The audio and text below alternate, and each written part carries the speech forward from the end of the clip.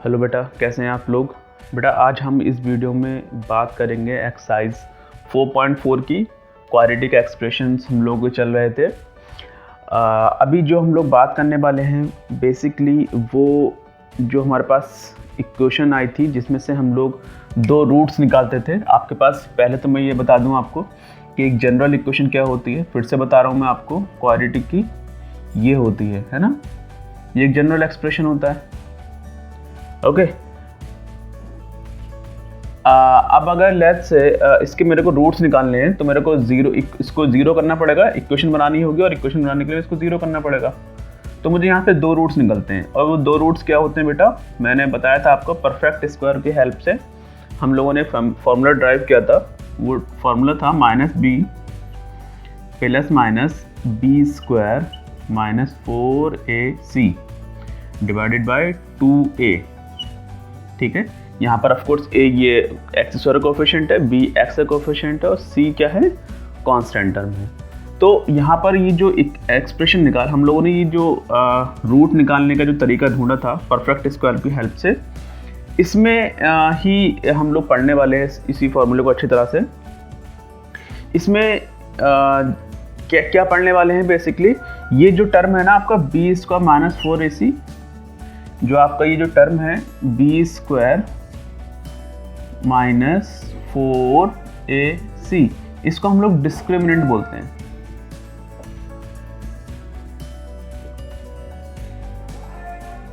Discriminant बोलते हैं इसको। इसकी जो वैल्यू होती है बी स्क्वायर माइनस 4ac होती है। ठीक है, अब अगर कोई भी चीज़ हम लोग डिज़ाइन कर रहे हैं बेसिकली, इसमें आपको एक एप्लीकेशन वाली चैप्टर है ये, इसमें एप्लीकेशन बताया जाएगा कि आप जो रूट्स निकालते थे उसका क्या एप्लीकेशन है, उसमें से एक एप्लीकेशन आपको बताया जाएगा। लेट्स से अगर आपको कोई चीज़ डिज़ाइन करनी है, एक लेट्स से अभी क्वेश्चन हम लोग देख लेंगे, तो इसमें जो भी चीज़ डिपेंड करेगी वो जो रूट्स डिपेंड करेंगे x1 और 2 वो डिपेंड करेंगे इस वैल्यू पे। अगर ये वैल्यू 0 हो जाए तो ऑफ कोर्स -b/2a बचेगा, और अगर ये वैल्यू ग्रेटर देन 0 है तब कुछ अलग अलग वैल्यूज आएंगे प्लस माइनस में, एक प्लस वाली वैल्यू आएगी, एक माइनस वाली वैल्यू आएगी। तब क्या हो, जब अगर लेस देन 0 हो जाए d। अब यहाँ पर तीन केस बन रहे हैं, या तो d ग्रेटर देन 0 हो, या फिर d जो है वो इक्वल टू 0 हो, या फिर d लेस देन 0 है। d क्या है, d को हम डिस्क्रिमिनेंट के नाम से जानते हैं। ये जो वैल्यू पूरी लिखी गई है बी स्क्वायर माइनस 4ac, इसी को हम लोग डिस्क्रिमिनेंट बोलते हैं। अब अगर ये जो वैल्यू है वो ग्रेटर देन 0 है तो जो आपके रूट्स निकलते हैं तो 2 डिस्टिंक्ट रूट्स निकलते हैं। डिस्टिंक्ट रूट्स निकलते हैं आपके। डिस्टिंक्ट रूट्स होने का मतलब आपको साफ साफ दिख रहा है, जब अगर ये वैल्यू ग्रेटर देन 0 है मतलब ये वैल्यू कुछ ना कुछ निकल कर आएगा, और वो उसमें दो वैल्यू निकलेंगे, एक प्लस वाले और एक माइनस वाले, इसलिए दो डिस्टिंक्ट रूट्स आने वाले हैं। अब अगर यही चीज़ 0 हो जाए, मतलब ये पूरा हिस्सा अगर 0 हो जाए तो सिर्फ एक ही रूट निकलेगा, -b/2 है, -b/2 एक ही रूट निकलने वाला है। तब हम लोग क्या करेंगे कि जो दो रूट्स होंगे वो दो ही होने वाले हैं, तो दोनों रूट्स कैसे होंगे, सिमिलर होंगे, सेम रूट्स होते हैं।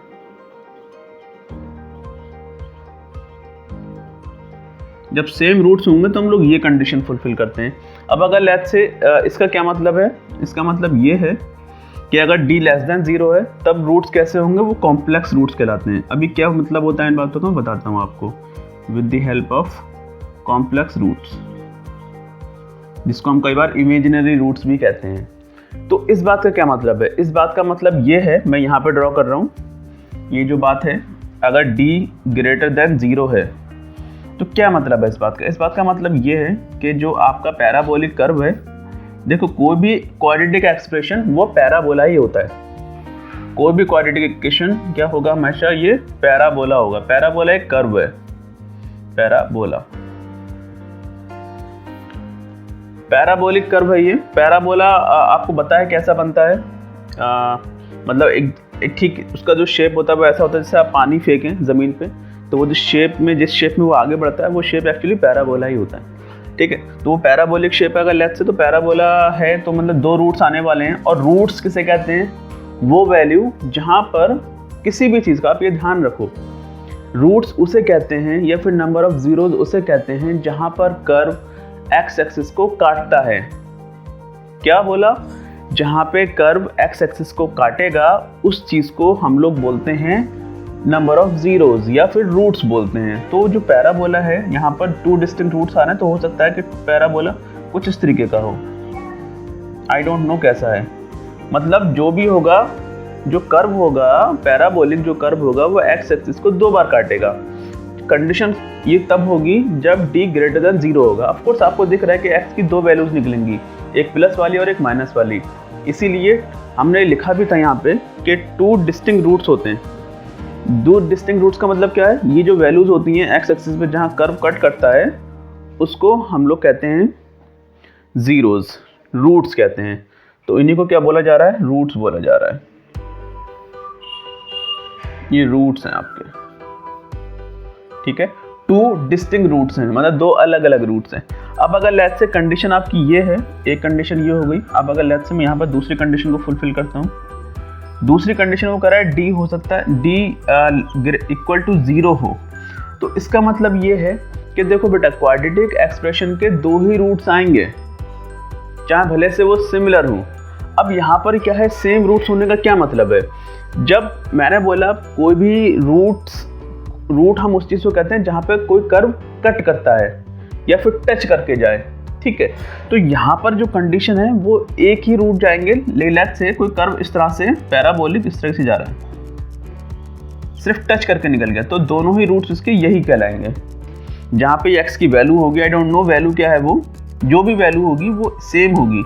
x1 भी वही वैल्यू होगी, x2 भी वही वैल्यू होगी। दैट मीन्स x के जो रूट्स होंगे, देखो मैक्सिमम डिग्री जो है इसकी क्या है? डिग्री है, ये डिग्री कितनी है? 2 है। अब जब डिग्री 2 होती है तो इसके मैक्सिमम रूट्स कितने आएंगे? 2 आएंगे। लेकिन यहाँ पर तो एक ही रूट्स आ रहा है, तो वो जो दोनों रूट्स होते हैं वो सिमिलर होते हैं, एक जैसे होते हैं। ये आपको विजुअलाइज करा दिया, ये भी आपको विजुअलाइज करा दिया। इसका क्या मतलब है? इसका मतलब आप देख लीजिए, देखिए थर्ड केस में आपको ड्रॉ कर रहा हूँ, जिसका मतलब ये है कि d लेस देन 0 का क्या मतलब है? इसका मतलब आप खुद से एनालॉजी से समझ सकते हैं कि मैंने बोला रूट्स किसे कहते हैं? रूट्स उसे कहते हैं जहाँ पर कोई भी कर्व एक्स एक्सिस को कट करता है। जितने बार कट करेगा उतने ही उसके रूट्स होंगे। सिंपल सा है, ठीक है। जितने बार कट करेगा उतने ही रूट्स होंगे। तो ध्यान दीजिए बेटा, अब अगर d लेस देन 0 है तो इसका मतलब यह है कि मैंने बोला इसमें कॉम्प्लेक्स रूट्स होंगे, मतलब कोई रूट्स नहीं होगा, इमेजिनरी रूट्स होंगे। इमेजिनरी रूट्स का मतलब क्या हुआ? कोई रियल रूट्स नहीं है। जब रियल रूट्स नहीं है इसका मतलब क्या हुआ? इसका मतलब ये हुआ कि पैराबोला एक्स एक्सिस को कभी कट ही नहीं कर रहा है। तो हो सकता है कर्व कुछ ऐसा हो, मतलब आई डोंट नो कैसा है। बेसिकली इस कंडीशन में पैराबोला कभी भी एक्स एक्सिस को कट नहीं करेगा। और जब ऐसी सिचुएशंस होती हैं तो उस सिचुएशन को हम लोग बोलते हैं कॉम्प्लेक्स रूट्स, मतलब there is no roots, right.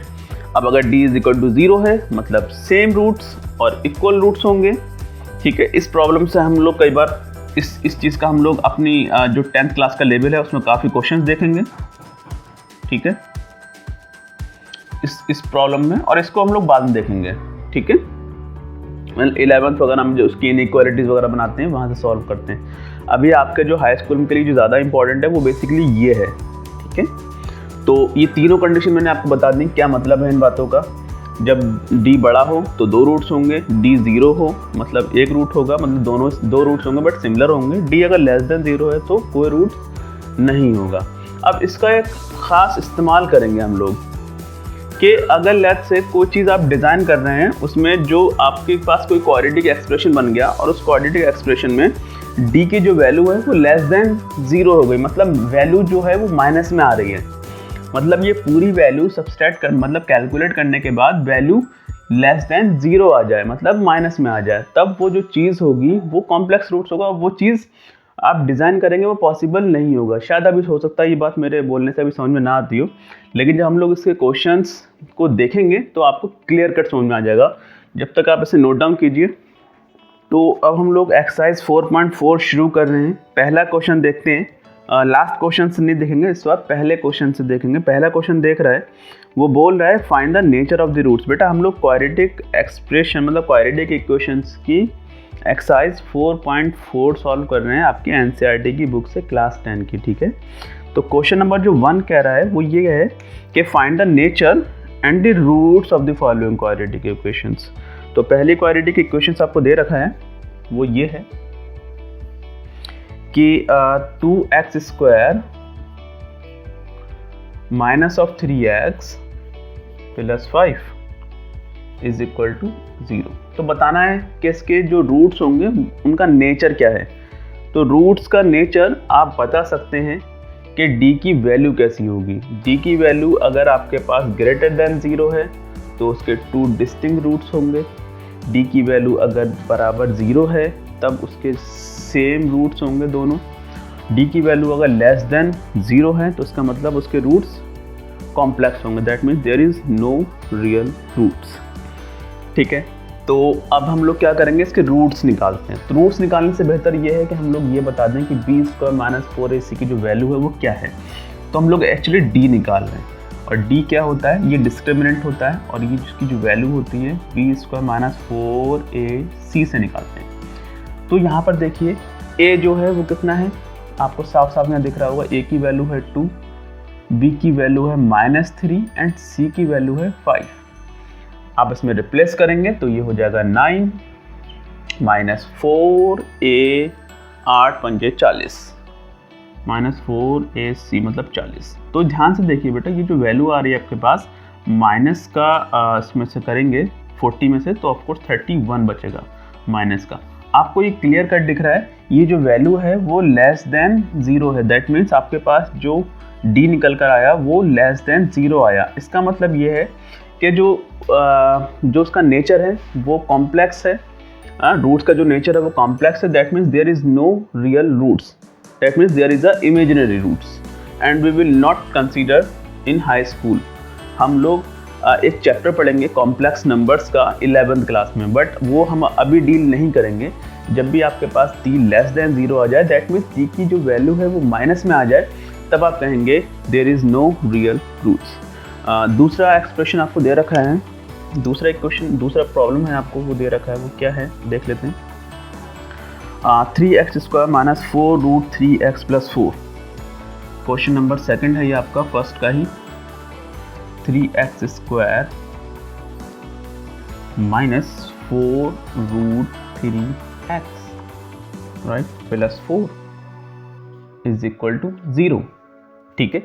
अब हम ये देखते हैं, d की वैल्यू निकालते हैं। तो ऑफ कोर्स यहाँ पर a जो है वो कितना है, वो है 3, b है आपके पास माइनस का 4 रूट 3 एंड c है आपका 4, ठीक है। तो हम लोग जब d निकालेंगे तो कैसे निकालेंगे, d is equal to b² minus 4ac। तो b की जो वैल्यू है वो है 4 रूट 3, तो इसका स्क्वायर करेंगे तो हो जाएगा 16, 16 48 हो जाएगा, 48 माइनस 4ac। तो अगर हम लोग 4ac करें तो ये हो जाएगा 4 12, 12 चौक 48, 48 आ गया आपका 48 माइनस 48, दैट मीन्स जो रिजल्ट निकल कर आएगा वो होगा 0। दैट मीन्स आपके पास d की वैल्यू 0 आ गई, और इसका मतलब ये होता है जब d की वैल्यू 0 आ जाए तो आपके पास कैसे रूट्स होंगे, सेम रूट्स होंगे, सेम रूट्स होते हैं, ठीक है। और इसका नेचर क्या था, no real roots, no real roots, ठीक है, no real roots in this case, and in this case we have this same root. Question number third देखते हैं। क्वेश्चन नंबर 3 में वो बोल रहे हैं कि आपके पास वो दे रखा है 2x² माइनस 6x। देखो हम लोग सिर्फ और सिर्फ नेचर बता रहे हैं और हमारा अभी कोई काम नहीं है। जब हम लोग वर्ड प्रॉब्लम देखेंगे तो आपको पता लगेगा कि क्या इश्यूज़ हैं इनमें और हम लोग क्यों d की ज़्यादा बात कर रहे हैं, क्यों हमारे लिए d ज़्यादा इम्पॉर्टेंट है, ठीक है। तो अभी इसको देखते हैं, 2x² minus of 6x plus of 3 is equal to 0। तो आप सिंपल सा वे फॉरवर्ड है, a इज इक्वल टू हो गया 2, b की वैल्यू है यहाँ पे -6 और c की वैल्यू है 3। हम डायरेक्ट d निकालेंगे और d होता है b स्क्वायर, राइट। अब तो ये आपको याद भी हो गया होगा लिखते लिखते, b स्क्वायर की जो वैल्यू हो जाएगी 36, है ना, माइनस का स्क्वायर प्लस हो जाता है और 6 की वैल्यू 36 हो जाएगी, माइनस का 4ac, 4 8 हो गया, 4 दूनी 8, 8 3 24, ठीक है। तो यहाँ पे 24 आ रहा है। एंड देन आपको दिखता होगा साफ साफ कि अगर आप 4 कम करते हैं तो आपको 32 हो जाता है, 32 में से अगर आप 20 कम करते हैं तो हो जाता है 22 और 12, ठीक है। तो आपके पास आंसर आता है 12, but this number is greater than 0, that means D की वैल्यू जो है वो ग्रेटर देन 0 है। दैट मीन्स यहाँ पर जो नेचर होगा 2 डिस्टिंक्ट रूट्स आएंगे, 2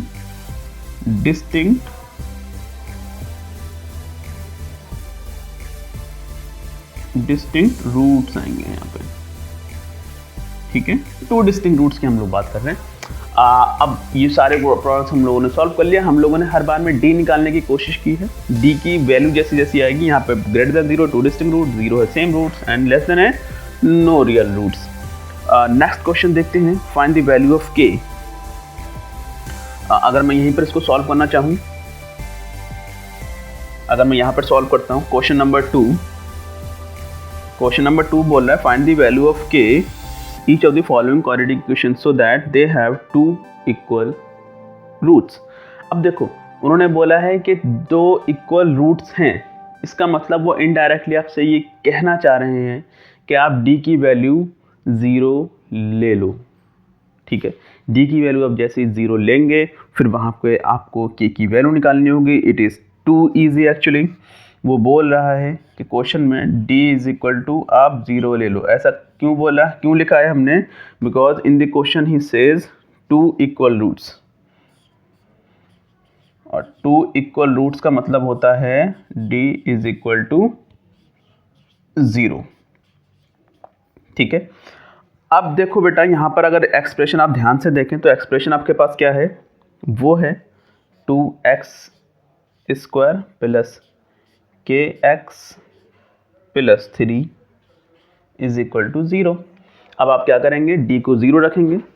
तो यहाँ पर देखिए d को 0 रखेंगे तो वो b की वैल्यू क्या हो जाएगी, b स्क्वायर माइनस 4ac बराबर 0 होना चाहिए, क्योंकि d बराबर 0 रखेंगे आप।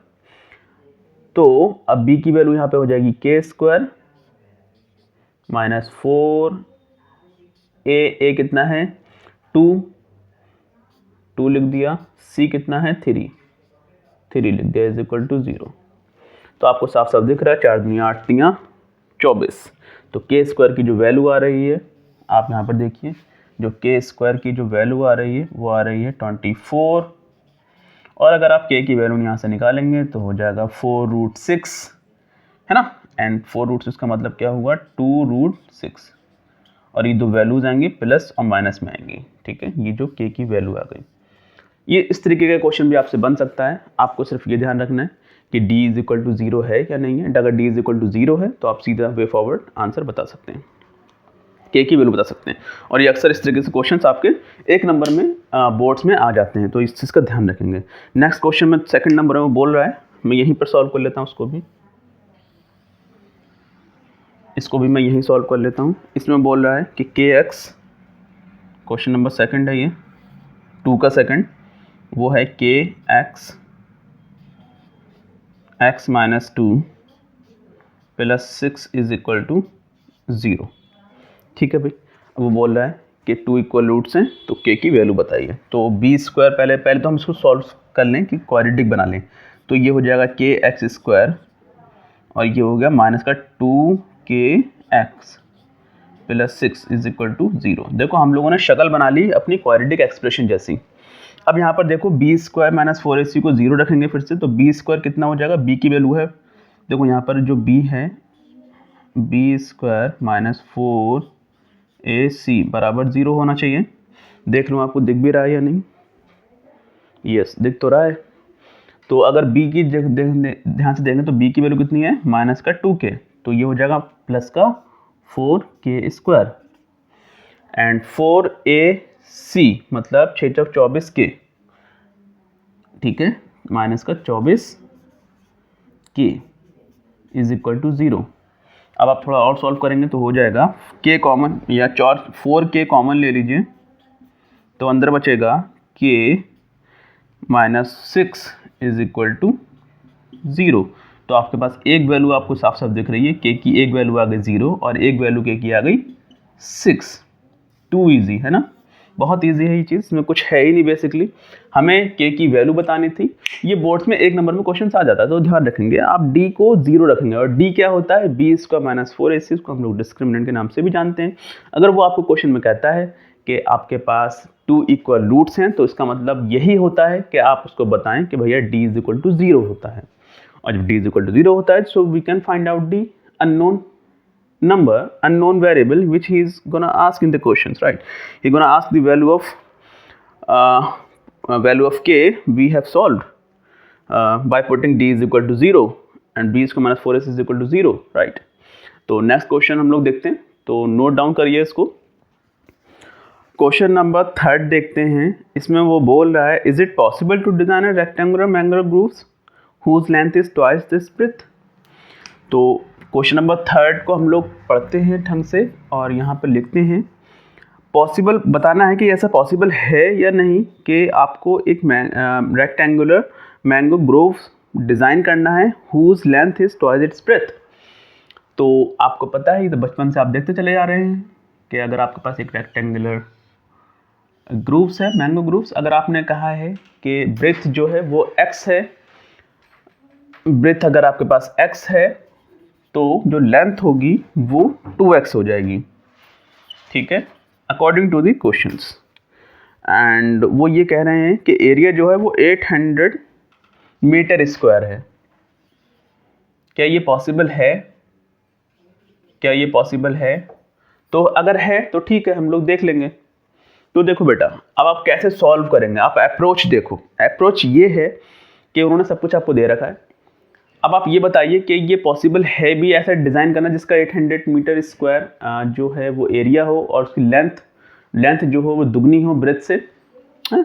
तो देखो हमें पता है कि जो एरिया होता है वो होता है लेंथ इंटू ब्रेथ।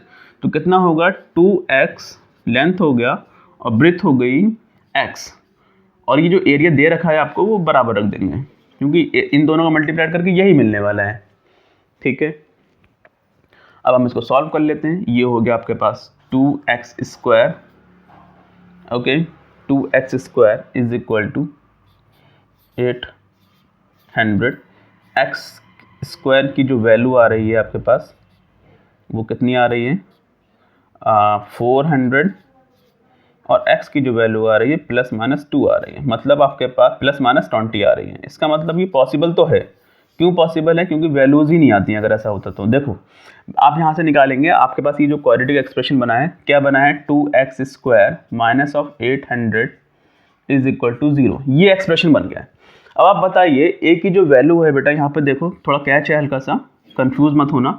a की जो वैल्यू है वो है आपके पास 2, b की जो वैल्यू है वो है आपके पास 0, क्योंकि b का टर्म ही नहीं है बेटा। जो b होता है वो x का कोएफिशिएंट होता है। तो यहाँ पर आप देखो c की जो वैल्यू है आपके पास माइनस का 800 है, राइट। तो भाई इसको इस्तेमाल करेंगे हम लोग, यहाँ पे लिख लेते हैं।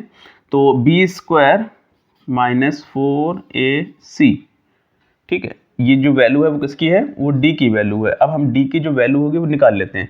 तो यहाँ पे देखेंगे, इसका स्क्वायर करेंगे तो ऑफकोर्स 0 ही होगा, एंड 4ac मतलब 4ac। तो यहाँ पर अगर हम लोग देखें जो वो जो निकल कर आएगा वो निगेटिव में आएगा, मतलब प्लस में आएगा। देखो ना बेटा, 4 करेंगे, देखो माइनस का 4 लिखा हुआ था, इंटू ए है 2, सी कितना है आपके पास माइनस का 800 इज इक्वल टू डी, ये होना चाहिए, है ना। तो यहाँ से देखिए आपके पास जो वैल्यू आएगी वो पॉजिटिव में आएगी। आप जब कैलकुलेट करेंगे तो वैल्यू पॉजिटिव आएगी, मतलब d ग्रेटर देन 0 आएगा। d अगर ग्रेटर देन 0 आता है तो क्या होता है, 2 डिस्टिंक्ट रूट्स आते हैं, और 2 डिस्टिंक्ट रूट्स आते हैं इसका मतलब उस चीज़ को हम लोग डिज़ाइन कर सकते हैं। डिज़ाइन कब नहीं कर सकते थे, अब अगर ये वैल्यू निगेटिव में आ जाती तो हम ये डिज़ाइन जिस तरह से उन्होंने हमें पैरामीटर्स दिए थे, उन पैरामीटर्स को हम इस्तेमाल करके हम डिज़ाइन नहीं कर सकते थे रेक्टेंगुलर बोर्ड्स, लेकिन अभी कर सकते हैं। और हमारे पास ऑफ कोर्स हमें पता भी लगे था डी की जो एक्स की जो वैल्यू है वो डिफरेंट वैल्यूज़ आ रही हैं, और हमने ये प्रूव भी कर दिया जो डी की वैल्यू है ग्रेटर देन 0 है, इसका मतलब हाँ ये डिज़ाइन करना पॉसिबल है। यस, ठीक है। तो अगला क्वेश्चन देखते हैं। समझ में आ गया ना? देखो डी की वैल्यू ग्रेटर देन 0 है तो हम कह देंगे हाँ ये डिज़ाइन करने के लायक है, ये पॉसिबल है, ठीक है। एंड इसी का दूसरा क्वेश्चन देखते हैं, क्वेश्चन नंबर 4 इस जैसा ही है वो भी। वो बोल रहा है is the following situation possible, if so determine their present age, the sum of their ages of two friends is 20। तो अगर आप एक फ्रेंड की एज x मानते हैं तो दूसरे फ्रेंड की एज आपको माननी ही पड़ेगी 20 - x। बताइए सही है या नहीं? तो देखो अगर नहीं समझ में आया तो आप यहाँ देखो, अगर दो फ्रेंड्स हैं, एक फ्रेंड का नाम x है, उसकी एज x है, दूसरे फ्रेंड की जो एज है वो y है, इन दोनों का मिलके कितना दे रखा है? 20 दे रखा है। तो आप मुझे बताइए अगर आपने इसको एक को x मान लिया है तो दूसरा जो होगा y होगा, y की वैल्यू क्या हो सकती है? 20 - x हो सकती है। तो हमने क्या लिख दिया? डायरेक्ट लिख दिया एक की वैल्यू अगर एक की एज अगर x है तो दूसरे फ्रेंड की जो एज होगी वो 20 - x होगी। इस फॉर्मेट में हमने लिख दिया। हमने चीज़ों को एक वेरिएबल में कन्वर्ट कर लिया, दो वेरिएबल हम नहीं चाहते, ठीक है, क्योंकि हमें क्वाड्रेटिकली चीज़ों को सॉल्व करना है और हमें डी की वैल्यू निकालनी है। हमें ये बताना है कि वो केस पॉसिबल है भी या नहीं, ठीक है। एंड 5 years ago, तो अगर 5 years ago की बात हो रही है तो इसका मतलब x - 5 होगा, और इधर भी क्या होगा? इधर भी -5 हो जाएगा। तो इधर तो हो गया 15 - x, और इधर क्या हो गया? x - 5। तो उन्होंने कहा 5 years ago the product of their age was 48। तो अगर ये 5 साल के बाद ये दोनों एज होंगी और इनका प्रोडक्ट कर दिया जाए तो 48 के बराबर है। अब अगर ये पॉसिबल है तो डी की वैल्यू या तो ग्रेटर देन 0 आएगी या फिर 0 आएगी। अगर लेस देन 0 डी की वैल्यू आ रही है तो इसका मतलब ये चीज़ पॉसिबल नहीं है। तो पहले इसको सॉल्व कर लेते हैं। एक्स की 15 से करेंगे तो 15x हो गया, एक्स की -x² हो गया, इसकी इससे करेंगे -75 हो गया, और इसकी इससे करेंगे तो x प्लस का 5x हो गया, ठीक है। माइनस की माइनस से प्लस हो जाती है, प्लस का 5x आ जाएगा, ये इज इक्वल टू 48, ठीक है। तो हम सबको उधर ले जा रहे हैं, सबको उधर ले जाएंगे तो हो जाएगा x², और ये हो गया 20 माइनस का 20x, और ये यहाँ पर जो है माइनस का है, उधर जाके कैसा हो जाएगा? प्लस का हो जाएगा। तो अगर हम लोग उसको देखेंगे ध्यान से तो 48 में अगर प्लस 75 करेंगे तो 8 5 13 का 3 हासिल 1 8 4 12 123, ठीक है। ये क्योंकि प्लस 70 जाके उधर जाके प्लस का हो जाएगा। हमने सारी चीज़ों को उधर ले गए, हमने माइनस का प्लस का हो गया ये x², और ये जो हो गया 5x 15x, ये हो गया 20x, और ये हो गया प्लस का 0 इज इक्वल टू, ठीक है। तो देखो हम लोगों ने सही करा है, एक बार चेक कर लेते हैं। 15x माइनस का x² माइनस का 75 और प्लस का 5x इज इक्वल टू 48। अब आप ध्यान दीजिए, आपको क्या निकालना है? सब d निकालना है। अगर d आपका जो है, और d की वैल्यू क्या होती है? b² - 4ac।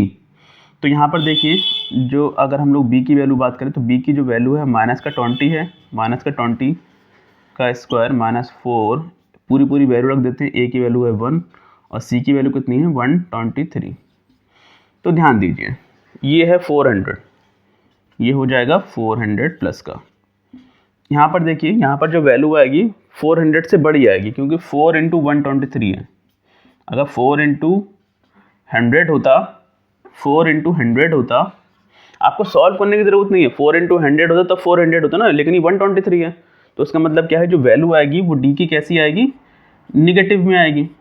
और अगर वैल्यू निगेटिव में आ रही है इसका मतलब क्या है? वो लेस देन 0 है। और अगर डी लेस देन 0 है, सॉरी, डी अगर लेस देन 0 है इसका मतलब क्या है? नो रियल रूट्स, तो this case is not possible, it is not possible, ठीक है, नॉट पॉसिबल। समझ में आ गया? नॉट पॉसिबल कब होगा? जब डी की वैल्यू आपकी लेस देन 0 हो, ठीक है। और बाकी से हमने देख ही ली थी। क्वेश्चन नंबर 4 हो गया आपका। देखो हमने क्या करा, हमने पहले तो जो एजेस थी उनको हम लोगों ने इस तरह से अरेंज करा और फाइनली प्रोडक्ट करके हम लोग दिखा दे 48 के बराबर है। अब अगर ये पॉसिबल होता तो डी की वैल्यू या तो बढ़ जाती या जीरो आती, लेकिन ये दोनों ही केस में नहीं है, तो लेस देन जीरो, इसका मतलब जो रूट्स हैं वो रियल रूट्स नहीं है। जब रियल रूट्स नहीं है तो हम कह सकते हैं कि ये जो आपने जो पैरामीटर्स लिए हैं वो गलत हैं, आप उन्हें नहीं ले सकते, ऐसा पॉसिबल नहीं है, तो इट इज़ नॉट पॉसिबल। ठीक है, क्वेश्चन नंबर 5 देख लेते हैं, आप इसे नोट डाउन कीजिए। क्वेश्चन नंबर 5 देख लेते हैं, उसमें भी यही बताना है कि is it possible to design a rectangular park whose parameter is 80 metre and the area is 400 metre square, so if so find the length and the breadth. तो उन्होंने कहा है कि पॉसिबिलिटी है या नहीं, तो रेक्टेंगुलर पार्क आप डिज़ाइन कर रहे हैं। क्वेश्चन नंबर 5 है आपका ये।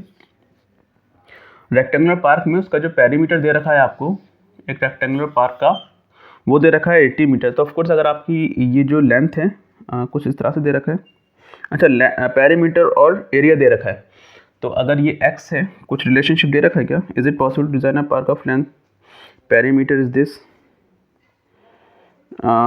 And area is this, find the length and the breadth.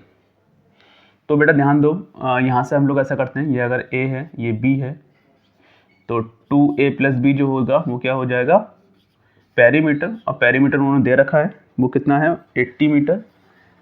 ठीक है, 80 मीटर दे रखा, तो a + b की जो वैल्यू आ गई वो कितनी आ गई, वो आ गई आपके पास 40। अगर आपने एक लेंथ को a माना है या b माना है, ठीक है, तो दूसरी कितनी हो जाएगी, तो अगर आपके पास यहाँ पे देखिए a की जो वैल्यू है वो 40 - b हो जाएगी।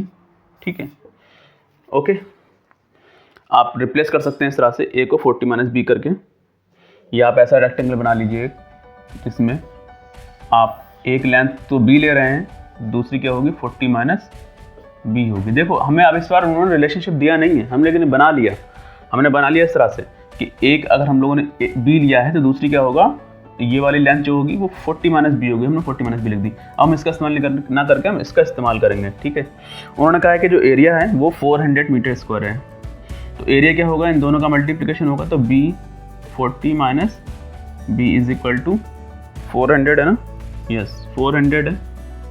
समझ में आ रहा है ना हम ऐसा क्यों कर रहे हैं, हम ऐसा इसलिए कर रहे हैं क्योंकि हमें क्वाड्रेटिक एक्सप्रेशन बनाना है। हमें क्वाड्रेटिक एक्सप्रेशन बनाने के लिए हमें एक वेरिएबल में इक्वेशन बनानी होगी। अगर हम दो वेरिएबल लेते हैं, ऐसा नहीं कि हम उसको दो वेरिएबल सॉल्व नहीं कर पाएंगे, हम दो वेरिएबल से भी सॉल्व कर लेंगे by the linear equations, but we have to show them that is it possible to draw a rectangular park like this on this parameter, right.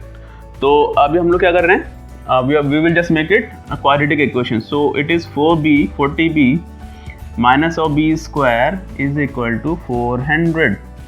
So you can just put on the other hand, you will get the b square minus of 40b, right, and plus of 400. साफ सुथरा आपको दिख रहा है कि आपको d की value बताओ। अगर d की value b square minus 4ac कितना आएगा यहाँ से, तो b की जो वैल्यू है माइनस का 40 है, तो ऑफकोर्स ये 1600 हो गया, माइनस का 4 × a टाइम्स, यहाँ पे इसको 4 टाइम्स a टाइम्स करेंगे तो ये क्या हो जाएगा 400, ये भी ऑफकोर्स 1600 हो गया, 1600 - 0 हो गया, 1600 - 1600 हो जाएगा, 0 बचेगा। हाँ ऑफकोर्स ये चीज़ जो है पॉसिबल तो है, ठीक है, पॉसिबल है, yes it is possible, it is possible. कौन सा केस है ये केस है कौन सा, d = 0 वाला। d = 0 होता तब भी पॉसिबल है, d > 0 है तब भी पॉसिबल है। अगर d < 0 आता है, मतलब अगर ये वैल्यू आपकी ये जो वैल्यू नेगेटिव में आती तो मतलब < 0 होता, और जब तब जो वैल्यू होती है वो इम्पॉसिबल होता है, मतलब हम लोग वो ड्रॉ नहीं कर सकते, लेकिन अभी हम लोग ड्रॉ कर सकते हैं, राइट। तो ये क्वेश्चन नंबर 5 हो गया। तो बेसिकली हम लोगों ने क्या करा, एक लीनियर प्रॉब्लम्स हमको दे रखा था, हम लोगों ने से पहले क्वाड्रेटिक बनाया, क्वाड्रेटिक के बाद हमने सॉल्व करा, b² - 4ac की वैल्यू बता दी, अगर वो 0 है तो ऑफकोर्स ये पॉसिबल है।